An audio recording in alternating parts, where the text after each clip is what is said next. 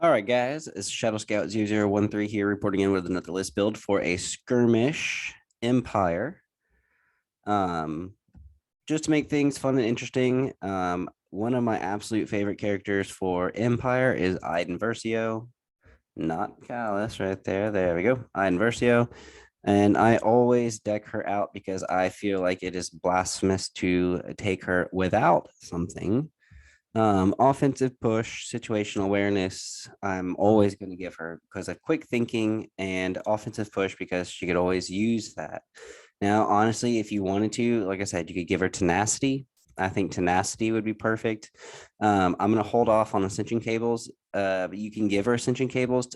I think it makes her way more versatile. And she's going to get a free recover anyway, which is why I wanted the offensive push. Um, quick thinking, so games an aim and a dodge, and so she can use that situational awareness to cancel the dodge, not even having to spin that shield from ID 10.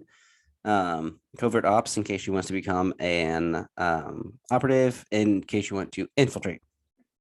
Loadout, so in case you don't want offensive push or situational awareness, you could put something else, or in case you don't want ascension cables, you can go with something else. In case you don't want her repeater, you can go with her sniper. Marksman to dice fix, and then nimble, which is super, super important. Um, it's a super big pity that we can't have two commanders for this. We're gonna go ahead and give her the two regular naked Stormies, and she's great with special forces. The sad thing is that we're only allowed to have two special forces for um skirmish. But the Royal Guard, two black and melee. I mean, that's the best that we can get with that. I don't understand. How is it two black and melee for a heavy upgrade? Why can't it be black red or two red? I mean, for the love of the fact that everyone. So see what I don't get is if you look at the card, the right here, the regular guys hit with a red black, but the heavy is two black. It just doesn't make any sense. It's just completely backwards. It needs to be 21 points for two red. All right, that's my rant for the night. And then with the Royal Guard, you're welcome to give them offensive push, tenacity, anything like that. So we're just gonna give them tenacity at the moment, and we're just gonna double it. So that's 5 activations. I wish we could do more, but we won't. We're not allowed to go with 3, sadly. Honestly, also if you wanted to, you could. If you wanted to keep Iden protected, you can go with Protector. I think either offensive push or into the fray is good because those surge tokens, but also to move and get that aim makes a ton of sense. But I'm gonna go one with offensive push and one with into the fray, just because then you can find out which one does better and work there yourself. Now we've got a lot of activation or a lot of points left. So if we give ourselves another naked stormtrooper, we still have let's see, 32 more points. So we wouldn't be able to get an activation in no, because that's 38. That wouldn't work. Man, that'd be super nice.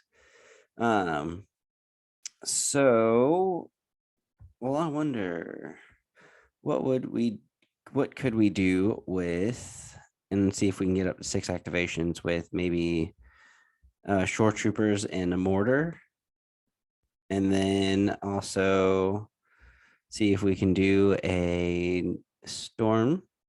Yeah, that leaves 30 points left. We can't do the heavy, sadly, because it's 32 points. Now, if we got rid of into the fray or offensive push, you could keep the heavy, which I think is very helpful. And you've pretty much got a tremendous amount of decked out characters here. The Royal Guard with Iden Versio, that's going to be fantastic. And so basically, her 3 pip is going to be able to give out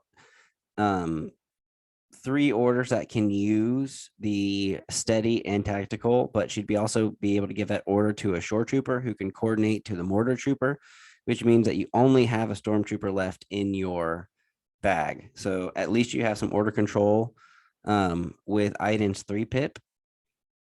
If you go, obviously you can go with push, or sorry, assault. Give one to Shores, which will give it to the DTF, give one to Iden, and give one to one of the Royal Guards. And then, 50-50 chance of getting another Royal Guard later. But yeah, I think that this is not bad. Maybe you wanted to, you've got, that'd be 6 points. This is 8 points. You'd have to get rid of 2 more points somewhere. And honestly, maybe if you got rid of Ascension cables, got rid of the offensive push here, and then just add tenacity on your Royal Guards and your Electro Staff Guard. Normally, you got your offensive push, situational awareness, your repeater, which your basics, I would always feel like is important on her. You have your ID 10.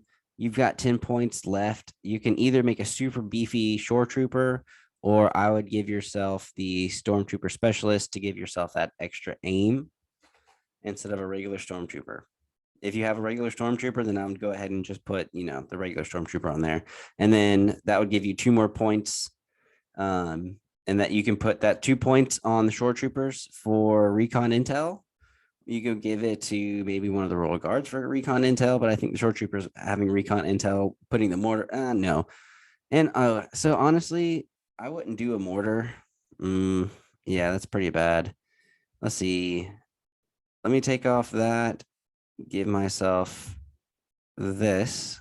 Give yourself 2 naked. And at least 1 shore trooper. That's still 6 activations because you don't need the mortar because they're going to be getting in pretty close. It's a 3x3, so it's not very big, and so you don't need that shore. So that was really kind of my mistake there. But having 2 naked, storms, having a shore trooper with the heavy is always fantastic. Range 1 to 4, so you can kind of keep them in the back, generating, target or aim and shoot, aim and shoot, aim and shoot. If you can get at least range 3, I mean, you don't want to always be at range 4, but then your Royal Guards are what's charging in.